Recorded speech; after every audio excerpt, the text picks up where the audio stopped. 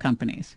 But insurers don't like spending so much money so fast, and they're trying to restrict access. That is the paradox, that something that is such a big breakthrough, which is it cures you relatively instantly as these things go, the benefit accrues so quickly, and the insurance companies cannot afford to perhaps accrue the payment that quickly. Kedkar says insurers aren't interested in the total cost of a treatment.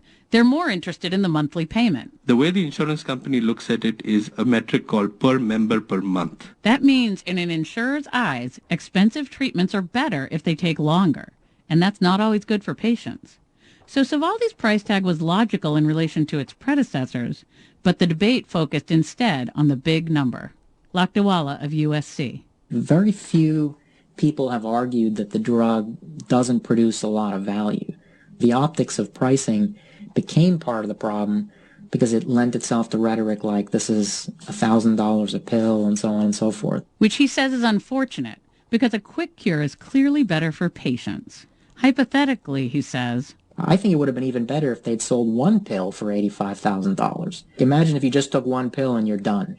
Yet think of the headlines if they had done that. So Gilead landed on a price that was justified by some metrics, but didn't pass the public relations test.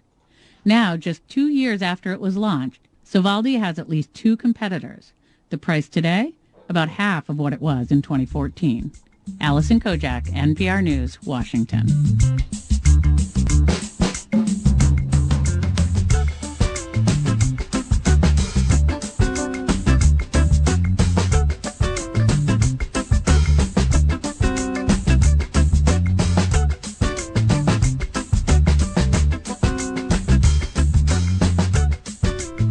This is NPR News. This is 90.9 WBUR. The post-snow forecast freezing overnight tonight. Look for temperatures from the teens to the low 20s. Tomorrow, partly sunny, but struggling to make it to the mid-30s to about 40 degrees. Lots of sun on Sunday, highs right about 40.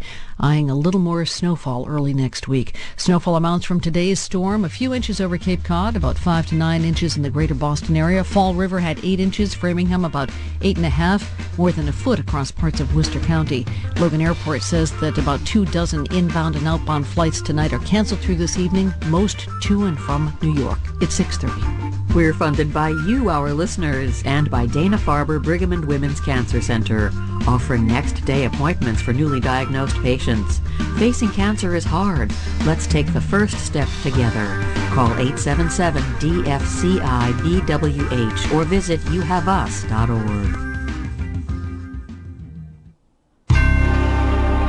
Marketplace is supported by RingCentral, the cloud communications system that integrates with CRM, sales, and support applications like Salesforce, Zendesk, Box, and now Google for Work. More at ringcentral.com. Today's macroeconomic word of the day is full employment. Give a definition, please, and then use it in a sentence. For example, with today's jobs report, are we at full employment?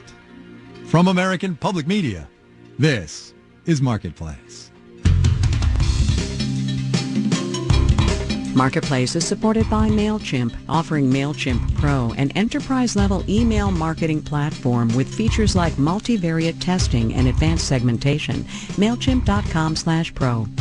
And by Salesforce, sales, service, and marketing applications designed to get new customers, keep customers, and help businesses create deep personal relationships. Learn more at salesforce.com.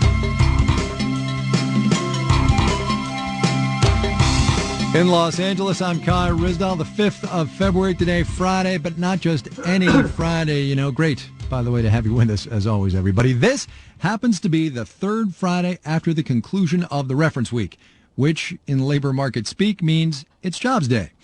The numbers you've heard already, 151,000 new names on payrolls last month. Not terrible, but yeah, it could have been better. Also, the unemployment rate fell to a quite nifty 4.9%. That number is the lowest we've seen since February of 2008. In other words, it's been a good long while, and it is going to start nudging the macroeconomic conversation, as Marketplace's Mitchell Hartman tells us, toward a very interesting place.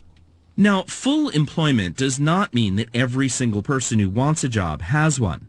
There's always churn, people switching jobs, unskilled workers who can't find anything. But on balance, says Dean Baker at the Center for Economic and Policy Research, full employment means People who have the skills and want to work are able to get a job. So let's go where that equation starts, to a place where people look for jobs, the unemployment office, this one in Oregon.